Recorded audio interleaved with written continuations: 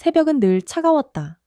그러나 강인선은 그 희미한 빛을 붙들고 오늘도 시장 바닥을 닦으려 허리를 굽혔다. 강인선은 60이 넘은 나이에도 매일 새벽 4시에 일어났다. 아직 검게 가라앉은 도심을 지나 오래된 전통시장으로 향하면 길가에 듬성듬성 서 있는 가로등, 불빛만이 그녀를 방여주었다. 사람 없는 시장 골목은 한낮의 북적임과는 딴판이었다. 비릿한 생선 냄새와 묵은 기름때가 밤사이 바닥을 덮고 있곤 했다. 그녀는 늘 그렇듯 고무장갑을 끼고 빗자루와 걸레를 챙겼다.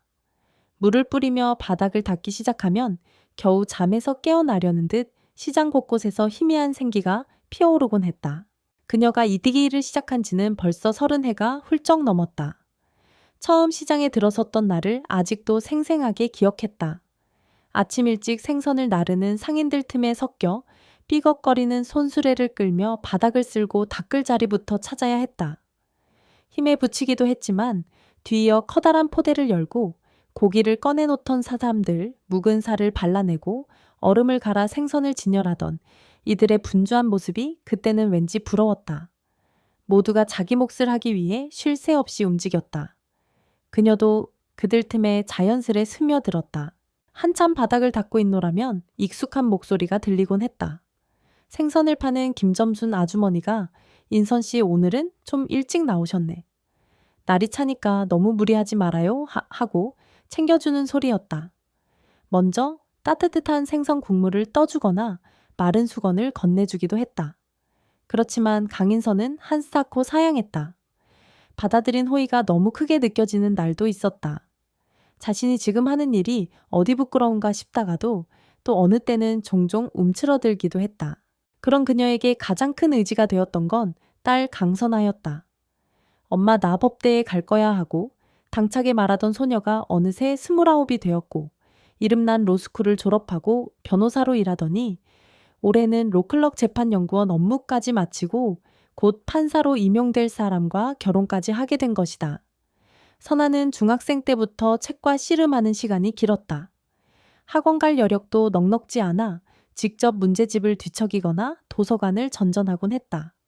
강인선이 생계를 위해 새벽부터 저녁까지 시장에서 일하고 돌아오면 좁은 원룸 속에서 그나마 한두 시간이라도 딸과 마주 앉아 밥을 먹는 일이 전부였다. 그러나 그 짧은 순간에도 딸은 자신의 꿈을 또렷이 말하곤 했다. 엄마 법을 공부해서 우리처럼 힘든 사람들도 잘 살 수 있게 돕고 싶어요. 그때마다 강인선은 세상 물정 모르는 어린 딸의 말이 대견해서 가슴이 울리면서도 한편으로는 걱정이 들기도 했다. 이 험한 세상에서 정의를 말하기란 얼마나 어려운가. 하지만 선아가 원한다면 무엇이든 해주고 싶었다. 엄마로서 기회를 열어주는 것, 그것만이라도 제대로 해내야 한다고 마음먹었다. 결혼 준비가 시작되고 선아는 예비시댁에게 엄마를 소개하겠다고 했다. 상대 집안은 이름난 법조 가문이었다. 할아버지는 대법원장을 지냈고 아버지 역시 대형 로펌의 대표 변호사라고 들었다. 사람들 사이에서 만문가라는 말이 절로 나올 정도로 탄탄한 기반이 있는 집안이었다. 결혼 상대인 정건우 역시 사법연수원을 마친 뒤 곧 판사 임용을 앞두고 있었다. 둘은 함께 공부하면서 인연이 닿았다고 했다. 선아가 결혼 이야기를 꺼낼 때 강인선은 솔직히 조금 주저했다. 딸을 혼자 키웠지만 그래서 더욱 자랑스러운 딸이었다. 마음 한편에서 그런 좋은 가문과 이어지는 것이 선아의 인생을 바꿀 기회라 여겼다. 그러나 스스로가 걸림돌이 될까봐 겁이 났다. 엄마는 청소부로 평생 살아왔는데 혹시 예비시댁이 나를 무시하면 어떡하니 하고 농담 삼아 물어도 보았다. 그러자 선아는 한사코 괜찮다고 엄마가 어떤 삶을 살았든 그걸 부끄러워하지 않는다고 했다. 그 당당한 태도에 강인선도 조금씩 안도할 수 있었다. 약속된 날은 새벽부터 삭풍이 불었다. 그러나 시장 구석구석에는 평소보다 더 부지런히 물을 뿌리고 걸레질을 해야 했다. 생선 비린내와 기름때를 제때 닦아내지 않으면 하루 종일 냄새가 가시지 않는다는 걸 잘 알기에 강인선은 허리가 욱신거려도 바닥을 열심히 닦았다. 일은 가까운 나이가 가까워지도록 이 일을 멈추지 않았기에 그녀는 통증조차 일상의 일부로 받아들였다. 가끔씩 포장마차에서 국수나 라면을 공짜로 내밀 때가 있었으나 그녀는 되도록 사양했다. 오늘은 혹시나 빈속으로 만남에 나서면 안 되겠다 싶어 김씨가 건네준 뜨거운 라면 한 그릇을 조심스레 받았다. 국물을 한 모금 마시니 묵은 피로가 조금 풀리는 기분이었다. 결혼식이 곧이라지 부러워 죽겠네. 우리 애들은 아직 연애해도 못하는데. 장난 섞인 농담을 건네는 시장 상인들의 말도 이제는 익숙해졌다. 그녀는 그저 웃음으로 받았다. 라면을 마친 뒤 서둘러 집으로 돌아왔다. 그날은 드디어 예비시댁과 상견례를 하는 날이었다. 허름한 원룸에 들어선 그녀는 샤워부터 했다. 오래된 보일러가 간신히 공급하는 뜨거운 물이 등을 타고 흘렀다. 얼어붙은 몸이 조금씩 풀려갔다. 거울에 비친 자신의 모습을 보니 거친 손과 굽은 허리가 선명했다. 무엇보다 세월의 흔적이 진하게 남은 얼굴에 주름이 깊었다. 내가 과연 저들 앞에 서기에 합당한 사람일까 하는 생각이 들다가도 곧 고개를 저었다. 평생 청소부로 일해 왔지만 그 삶이 부끄러운 적은 없었다. 딸을 키우기 위해 한시도 손 놓지 않았고 힘든 날들에도 포기하지 않았으니 자존심은 지켜야 한다고 스스로를 다독였다. 옷장 속 깊이 보관해둔 정장을 꺼내 입었다. 몇 해 전 선아가 첫 월급을 받자마자 사준 옷이었다. 흐릿한 베이지색 재킷과 검정색 치마가 세트였다. 디자인은 평범했지만 어쩐지 이 옷을 입으면 딸의 응원을 받는 기분이 들었다. 드라이기로 머리를 말린 뒤 살짝 화장도 했다. 파운데이션을 바를 때마다 늘 거칠어진 피부가 걸렸으나 오늘은 조금 더 신경 쓰고 싶었다. 그러다 초인종 소리가 울렸다. 엄마 나왔어. 현관문을 열자 선아가 들어왔다. 단정한 정장 차림에 하이힐을 신고 있었다. 젊은 에너지가 느껴졌다. 엄마 갈 준비 다 됐죠? 오늘 긴장하지 마세요. 시어머니가 성품이 조금 엄격하시긴 해도 근본적으로는 좋은 분이에요. 그 말을 듣고 강인선은 마주 웃으며 대답했다. 내가 실수라도 할까봐 겁나는 거야. 선아는 엄마가 그러실 리 없어요. 하고 장난스럽게 답했다. 두 사람은 택시를 타고 예약된 레스토랑으로 향했다. 동네 곰탕집이나 분식집이 아닌 강남, 어딘가의 호화로운 레스토랑이라고 들었는데 솔직히 강인선은 처음 가보는 곳이었다. 도착한 곳은 유리벽에 화려한 샹들리에가 달린 건물이었고 대리석 바닥이 번쩍였다. 평생 시장 바닥을 닦아온 강인선에게는 이곳의 반짝임이 낯설었다. 선아가 안내하는 대로 안쪽으로 들어가니 창가에 이미 세 사람이 앉아 있었다. 한 명은 머리가 희끗희끗한 중년 남성, 그 옆에는 단정한 한복 차림의 중년 여성, 그리고 딸의 약혼자인 정건우가 보였다. 안녕하세요. 처음 뵙겠습니다. 강인선이 가볍게 고개 숙이며 인사하자 정건우는 얼른 자리에서 일어나 반갑게 웃었지만 건우의 부모는 눈길만 가볍게 건넸다. 특히 어머니 최은숙의 시선이 차가워 보였다. 그 한순간에 기류가 싸늘하게 식는 느낌이었다. 앉으세요. 최은숙이 말했다. 목소리는 부드러웠지만 어딘가 단호함이 섞여 있었다. 이미 테이블 위에는 와인잔과 에피타이저가 놓여 있었다. 분위기가 정중하면서도 어색했다. 그래서 선아양 어머니께서는 어떤 일을 하고 계신지요? 최은숙이 선아에게 물었으나 시선은 강인선에게 고정돼 있었다. 선아가 대답하기 전에 강인선이 직접 나섰다. 저는 전통시장에서 청소 일을 하고 있습니다. 오래됐습니다. 그 일을 통해 딸을 키웠어요. 잠시 침묵이 흘렀다. 마치 물방울이 떨어지는 소리조차 크게 들릴 듯한 정적이었다. 최은숙의 표정이 굳어지면서 무언가 불쾌한 감정이 감돌았다. 남편인 정 변호사 역시 말을 잇지 못했다. 건우가 입술을 살짝 깨물며 어머니를 바라보았지만 최은숙은 아랑곳하지 않았다. 전통시장 청소부라. 그거 참 의외네요. 짧은 한마디였지만 그 안에는 은근한 경멸이 담겨 있었다. 강인선은 흔들리지 않으려 애썼다. 시장에서 청소하며 지낸 세월이 결코 부끄럽지는 않았지만 상대가 노골적으로 싫은 기색을 드러내니 마음 한구석이 얼어붙는 기분이었다. 그때 선아가 얼른 끼어들었다. 어머니, 제 엄마가 힘든 환경 속에서도 저를 훌륭하게 키워주셨어요. 법대에 들어간 것도 모두 엄마의 헌신 덕분이고요. 최은숙은 와인잔을 들고 한 모금 마셨다. 움직임이 우아했지만 그녀의 시선은 날카로웠다. 우리 건우는 판사 임용을 앞두고 있습니다. 워낙 사람들을 자주 만나게 될 텐데 사돈 쪽이 청소부라면 이미지가 조금... 그녀는 말을 흐렸지만 이미 할 말은 다 한 것이나 마찬가지였다. 선아의 얼굴이 순식간에 창백해졌다. 건우는 당황해서 자꾸 시계를 보는 듯했지만 어머니를 제지하지 못했다. 강인선은 결국 테이블 아래에서 자신도 모르게 주먹을 움켜쥐었다.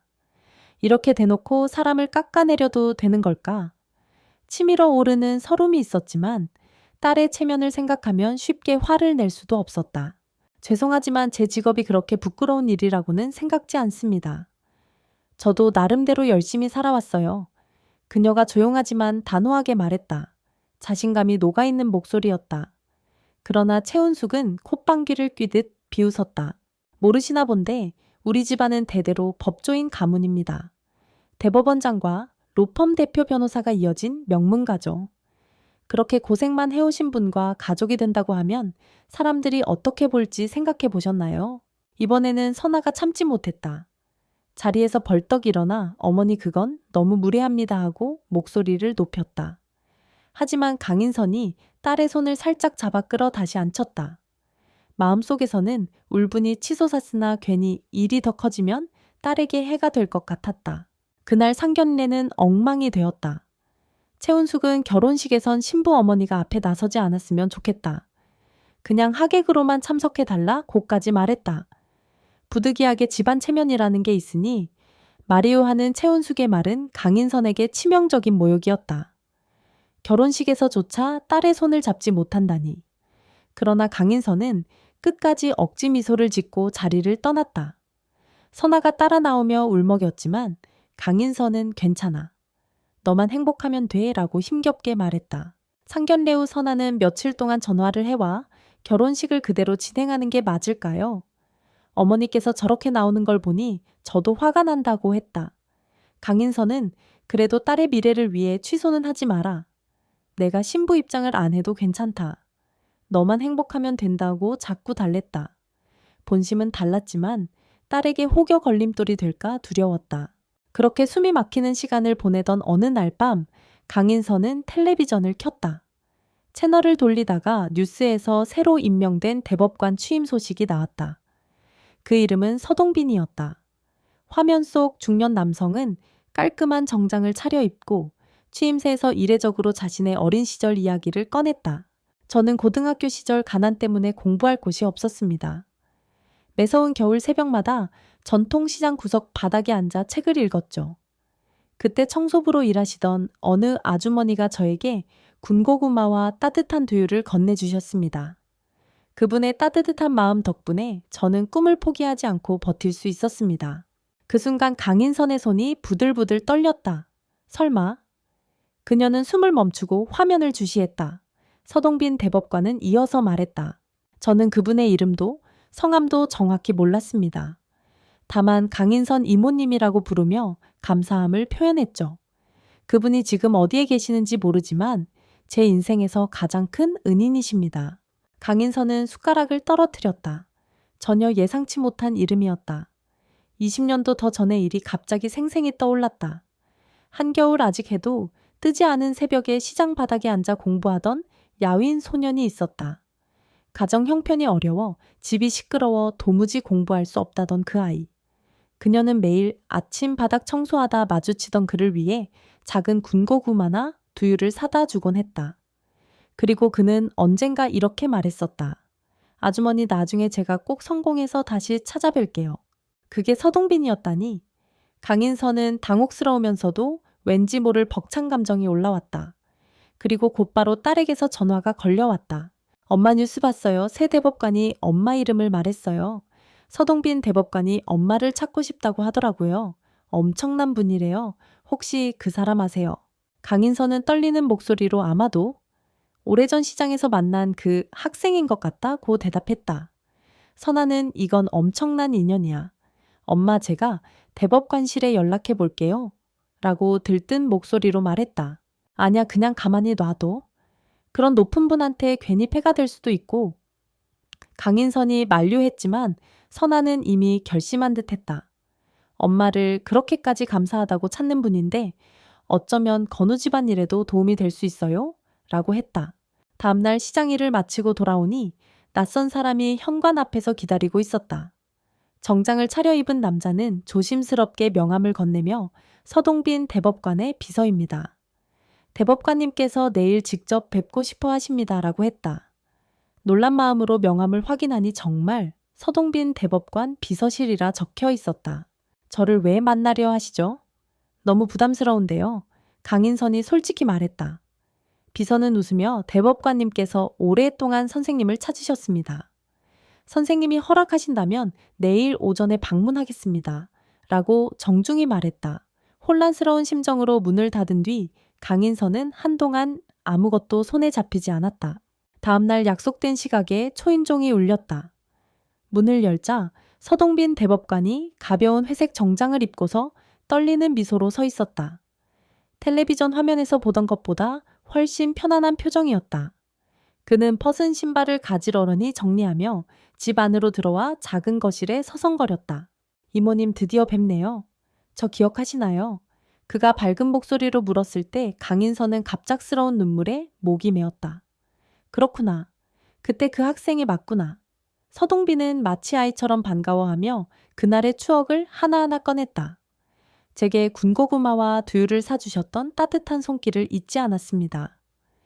그때 그 한 줌의 온기가 없었다면 저는 아마 추위와 배고픔을 견디지 못해 법조인의 꿈을 접었을지도 몰라요.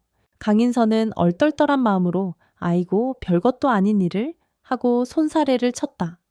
그러나 서동빈은 이모님이야말로 제 인생의 은인입니다. 라고 거듭 강조했다.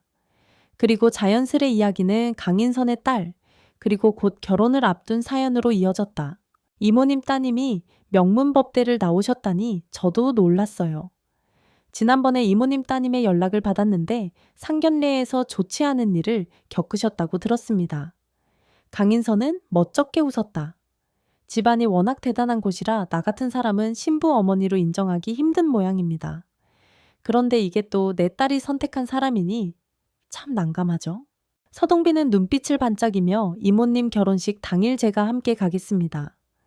혹시 허락만 해주신다면 저는 기꺼이 달려와 이모님을 도와드리고 싶어요. 늘 가난한 이웃의 편에 서는 사람이 되겠다고 다짐해 왔는데 무엇보다 이모님이 바로 제가 생각하는 진정한 헌신의 상징이니까요. 라고 했다.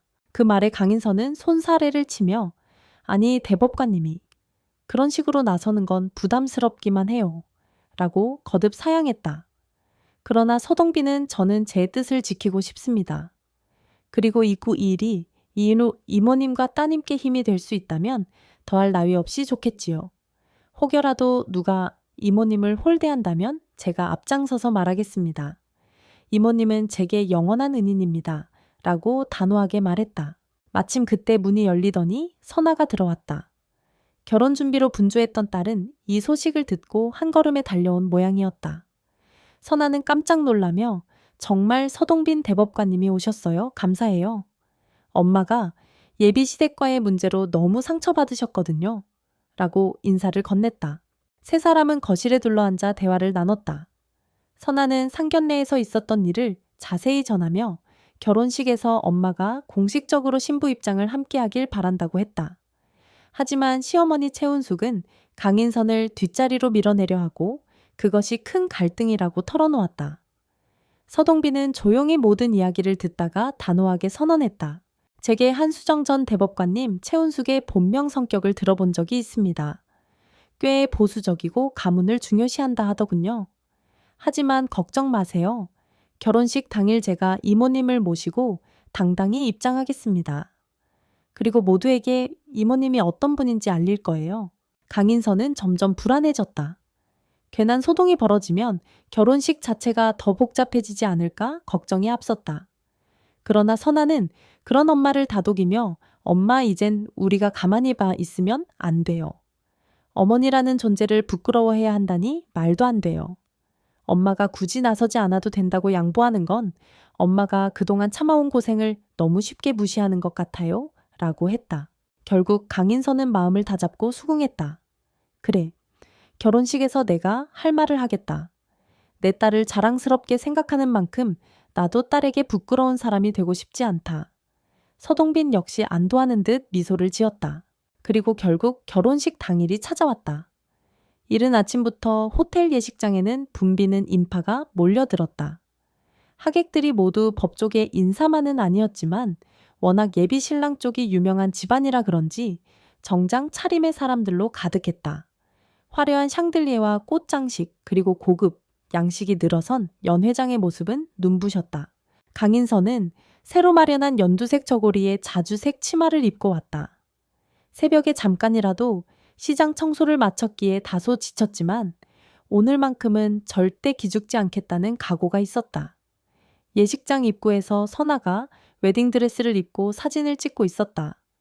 딸이 어찌나 예쁜지 순간 울컥했다. 아이가 어느새 이렇게 자라 새 출발을 하는구나. 그때 검은색 세단에서 서동빈이 내려왔다. 깔끔한 수트를 입은 그는 강인선에게 다가와 선생님 준비되셨나요? 라고 여유 있게 물었다. 그리고 곧 시선을 돌려 식장 안을 휘둘러보더니 저 안쪽 테이블에 최은숙 전 대법관님이 계십니다. 라고 낮은 목소리로 말했지만 표정은 흔들리지 않았다. 강인선과 함께 신부 대기실로 들어가니 선아는 엄마, 이제 저랑 같이 입장하실 거예요. 시어머니께 이미 결혼식 순서는 다 맞춰놓았다지만 오늘은 그렇게 흘러가지 않을 거예요. 라고 당차게 말했다. 사실 아직도 최은숙이 내뱉은 날선 말들이 떠올라 마음이 편치 않았지만 선아의 눈빛은 결연했다. 식이 시작되자 신랑인 정건우가 먼저 사회자의 안내에 따라 단상으로 올라갔다. 이어서 신부 입장에 있다는 멘트가 들리자 입구 뒤편에서 선아가 강인선의 팔을 살포시 잡았다. 홀 앞자리에 앉아있던 최은숙의 눈이 가늘어지는 것이 보였다. 지금부터 신부 강선아 양의 입장이 있겠습니다. 오늘은 특별히 신부께서 어머니와 함께 걸어 들어오시겠습니다. 순간 여기저기서 웅성거림이 일었다. 사전에 안내된 결혼식 순서와 다르다는 걸 아는 지인들도 있었기 때문이다. 하지만 선아는 조금의 망설임도 없이 엄마의 손을 꼭 잡았다. 강인선의 심장은 터질 것 같았다. 정말 이대로 걸어나가도 될까? 저분 최은숙은 노골적으로 반대했는데 그러나 옆에서 서동빈이 조용히 시선을 보내며 힘을 내라고 격려하는 듯 고개를 끄덕였다. 두 모녀는 천천히 중앙 통로를 따라 걸어갔다. 사람들의 시선이 일제히 몰려들었다. 그런데도 이상하게 강인선은 그 시선들을 똑바로 마주했다. 내가 왜 부끄러워야 하지 딸을 키우느라 평생 노력한 게 떳떳한 일인데 라는 생각이 동시에 떠올랐다. 신랑과 신부가 단상에서 나란히 섰을 때 사회자는 간단히 두 사람의 인연과 결혼을 축하하는 멘트를 이어갔다.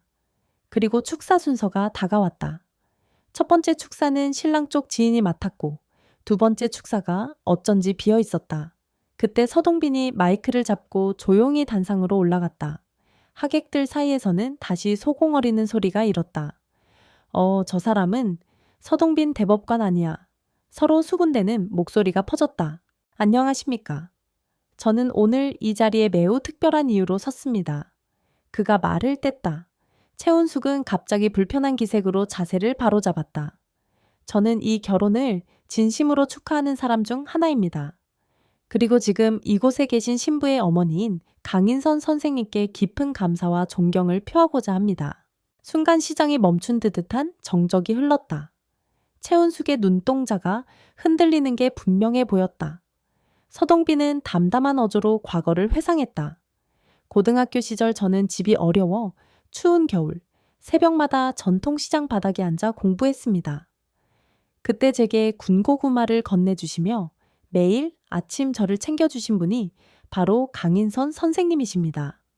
저는 그분 덕분에 꿈을 이어갈 수 있었고 결국 이렇게 법조인의 길을 걸어 대법관이 되었습니다. 식장에 모인 하객들은 숨죽인 채 서동빈이 전하는 이야기에 귀를 기울였다. 예상치 못한 사연에 감동한 표정을 짓는 이들도 있었다. 세상에 귀하고 천한 일이 어디 있겠습니까? 선생님께서는 평생을 청소부로 살며 많은 사람들의 길을 깨끗이 닦아주셨습니다. 그러면서도 정작 자신은 늘 그림자처럼 살아온 분입니다. 그러나 결코 그것이 부끄러운 삶이 아닙니다. 누구보다 존엄하고 값진 삶입니다. 그 말이 끝나자 여기저기서 박수가 터져 나왔다. 특히 선아는 두 손을 가슴에 모은 채 얼굴이 눈물 범벅이 되어 있었다. 강인선은 숨죽여 울었다. 평생 누군가에게 인정받으리라 기대조차 해본 적이 없었는데 오늘 같은 날 이런 이야기를 들을 줄은 몰랐다. 서동빈이 축사를 마치고 단상에서 내려오자 최은숙은 미묘한 표정으로 그를 마주했다. 시어머니가 순간 당혹스러워 뭔가 말을 하려 했지만 쉽사리 입이 떨어지지 않았다. 서동빈의 한마디 한마디가 딱딱한 벽을 허물어 버린 듯 보였다. 결혼식은 그렇게 뜻밖의 감동 속에서 계속되었고 신랑 신부는 서약을 마치고 세상에 둘도 없는 부부가 되었다. 강인선은 비로소 눈물을 닦으며 딸을 바라봤다. 우리 선아 정말 멋지게 자랐구나. 그리고 좋은 사람들을 만나 이제 자신의 가정을 이루는구나. 피로연이 시작되자 많은 하객들이 다가와 강인선에게 인사를 건넸다. 정말 훌륭하십니다. 대법관이 직접 은인이라고 밝히다니 어머님 존경합니다. 같은 말들이 이어졌다. 낯선 관심에 강인선은 쑥스럽지만 그래도 미소를 지었다. 그 무렵 최은숙이 조심스럽게 다가왔다. 그녀는 여전히 표정에 어색함이 남아있었지만 전보다 훨씬 누그러진 목소리로 말을 걸었다. 이렇게 만나니 민망하네요. 전에 제가 했던 말 죄송하게 됐습니다. 가문이나 체면을 지나치게 따지다 보니 그만. 강인선은 그 말을 듣고 뭐라 답해야 할지 잠시 망설였다. 최은숙은 마치 자신이 잘못을 드러내는 게 자존심 상하는 일이라도 되는 듯 시선을 바닥에 두었다. 그러나 결국 그녀는 살짝 고개를 숙이며 사과했다. 잘못했습니다. 편협했어요. 그 순간 강인선은 과거의 상처가 떠오르는 동시에 또 지금의 화해를 받아들이고 싶은 마음이 교차했다. 그녀는 잔잔한 목소리로 답했다. 괜찮습니다.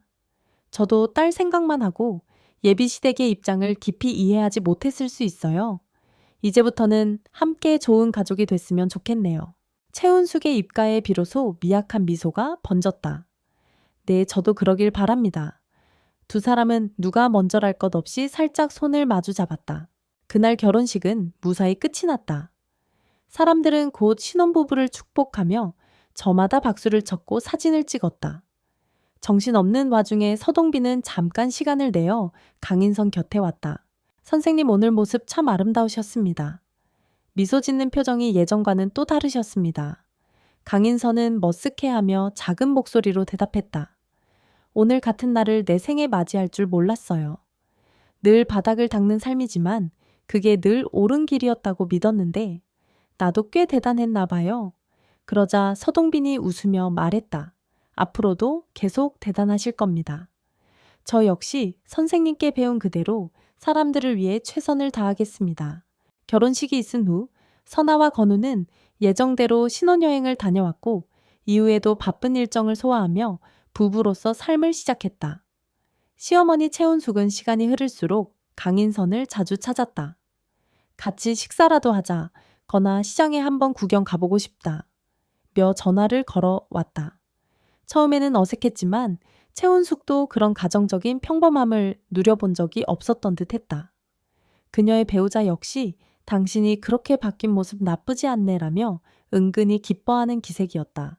강인선에게도 새로운 변화가 있었다. 서동빈 대법관이 전통시장의 삶과 사회적 약자들에 대한 이야기를 로스쿨 학생들에게 나눠주면 좋겠다고 제안한 것이었다. 강인선은 내가 무슨 강의를 하느냐며 손사래를 쳤지만 서동빈은 선생님의 이야기가 곧 살아있는 교훈이라며 적극적으로 설득했다.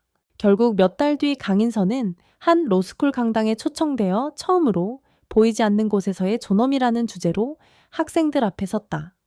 처음엔 손이 떨리고 목소리가 갈라졌지만 점차 그녀는 담담하게 자신의 인생을 이야기했다.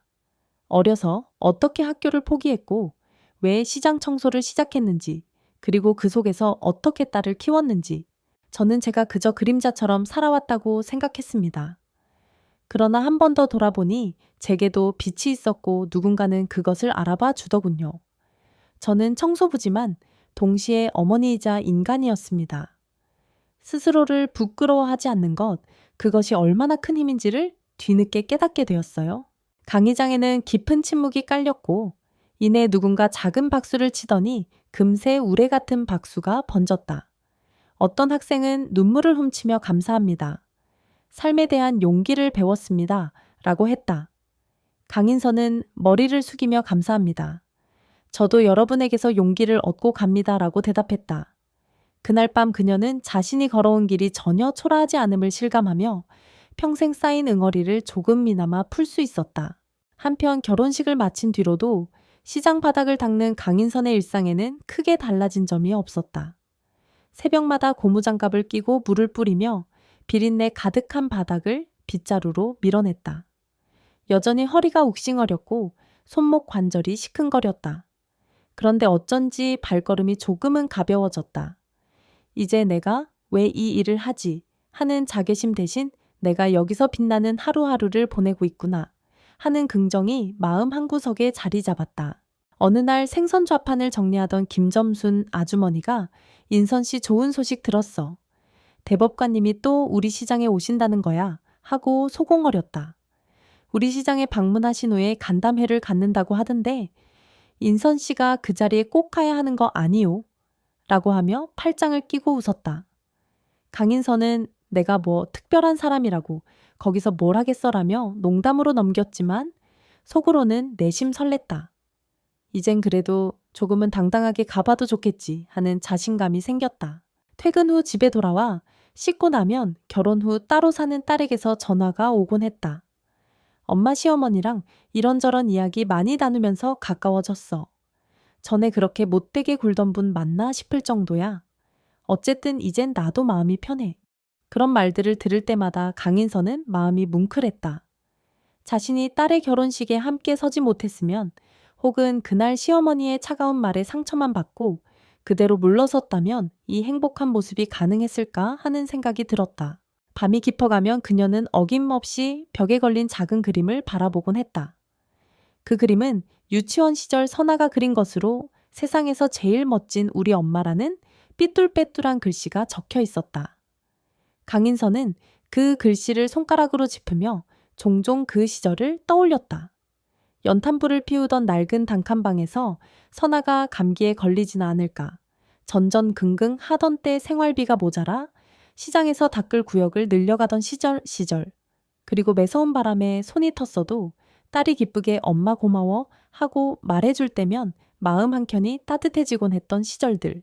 그 모든 기억이 아프기도 했지만 동시에 그녀를 지탱해 온 힘이기도 했다. 그리고 지금 그녀는 비로소 그 소중함을 인정받고 있었다. 인생을 바꿔달라고 큰소리내어 외치지는 않았는데도 작은 행동과 진심이 누군가에게 전해져 결국 다시 자신에게 돌아왔다. 며칠 뒤 시장 청소를 끝내고 집에 돌아온 강인선은 난생 처음 편안하고 뿌듯한 마음으로 베란다 창문을 열었다.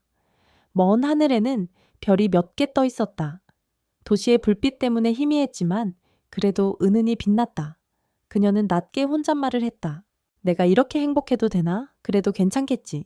어쩌면 이제야 비로소 그녀는 자신이 있어야 할 자리를 찾은지도 몰랐다. 비린내가 깃든 바닥을 닦으면서도 그 안에서 존엄과 자부심을 느끼고 한때는 부끄러워하던 자신을 세상에 당당히 드러내며 누군가에게 희망이 될 수 있다는 사실을 깨달았다.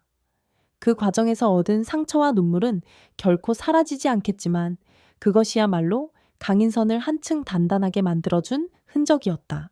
창문을 닫고 돌아온 뒤 그녀는 식탁에 앉아 작은 수첩을 펼쳤다. 선아의 결혼식, 당일 서동빈에게서 건네받은 만년필이 수첩 위에 놓여 있었다. 선생님께 제가 받은 따뜻함을 돌려드리고 싶습니다. 라는 짤막한 메모가 함께 적혀 있었다.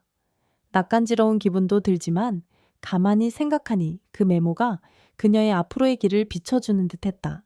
나도 누군가에게 도움이 될 수 있는 존재다. 평생 청소부로 일해 온 삶이지만 그 안에 녹아있는 배려와 헌신이 결코 작지 않다는 걸 알게 되었다. 이제는 더 이상 움츠러들지 않을 것이다. 그리고 딸이 걸어가는 길이든 자신이 매일 새벽에 걸어가는 길이든 똑같이 소중하다는 걸 매일 마음속으로 되새길 것이다. 그날 밤 그녀는 시장 구석 어딘가에서 들려오는 소란도, 아파트 복도에서 울려 퍼지는 발소리도 신경 쓰지 않고 깊은 잠에 빠져들었다. 꿈을 꾸지는 않았다. 대신 알 수 없는 안도감이 온 몸을 감싸는 것만 같았다. 아침 해가 뜨면 다시 일하러 나가야겠지만 그걸 두려워하거나 지긋지긋해하지 않을 자신이 있었다. 오랜 세월 바닥을 닦아왔지만 결국 내 마음까지 닦아낸 건 오늘의 이 작은 용기였구나. 하룻밤이 지나고 다시 새벽이 왔다. 알람 소리에 눈을 뜬 강인선은 묵직한 몸을 일으켜 세우고 세수부터 했다. 마스크를 쓰고 장갑을 챙겼다. 거울 앞에서 살짝 웃어 보이며 소공어리듯 중얼거렸다. 오늘도 잘 부탁한다 나 자신? 누구에게도 부끄럽지 않도록. 그렇게 새벽 공기를 가르며 시장으로 향했다. 옛날과 다를 바 없이 비린내가 코를 찌르고 사람들은 분주히 움직였다. 그런데 그녀는 이제 그 일상 속에서 서서히 빛나는 무언가를 느끼고 있었다. 자신의 삶은 결코 하찮지 않고 누군가에게는 커다란 빛이 될 수도 있다는 가능성을 늦었지만 확실하게 깨달았다. 그날 아침 별다른 일 없다는 듯 다시 바닥을 닦았다. 그렇지만 마음 한편에는 맑은 하늘을 보는 듯한 평온함과 곧 찾아올 또 다른 변화에 대한 작은 기대가 번졌다. 아무도 눈치채지 못해도 괜찮았다. 그녀는 자신의 존엄을 이미 깨달았으니까. 그리고 바로 그 사실이 시장 골목 어디에서든 그녀를 더욱 당당하게 만들어줄 것이었다.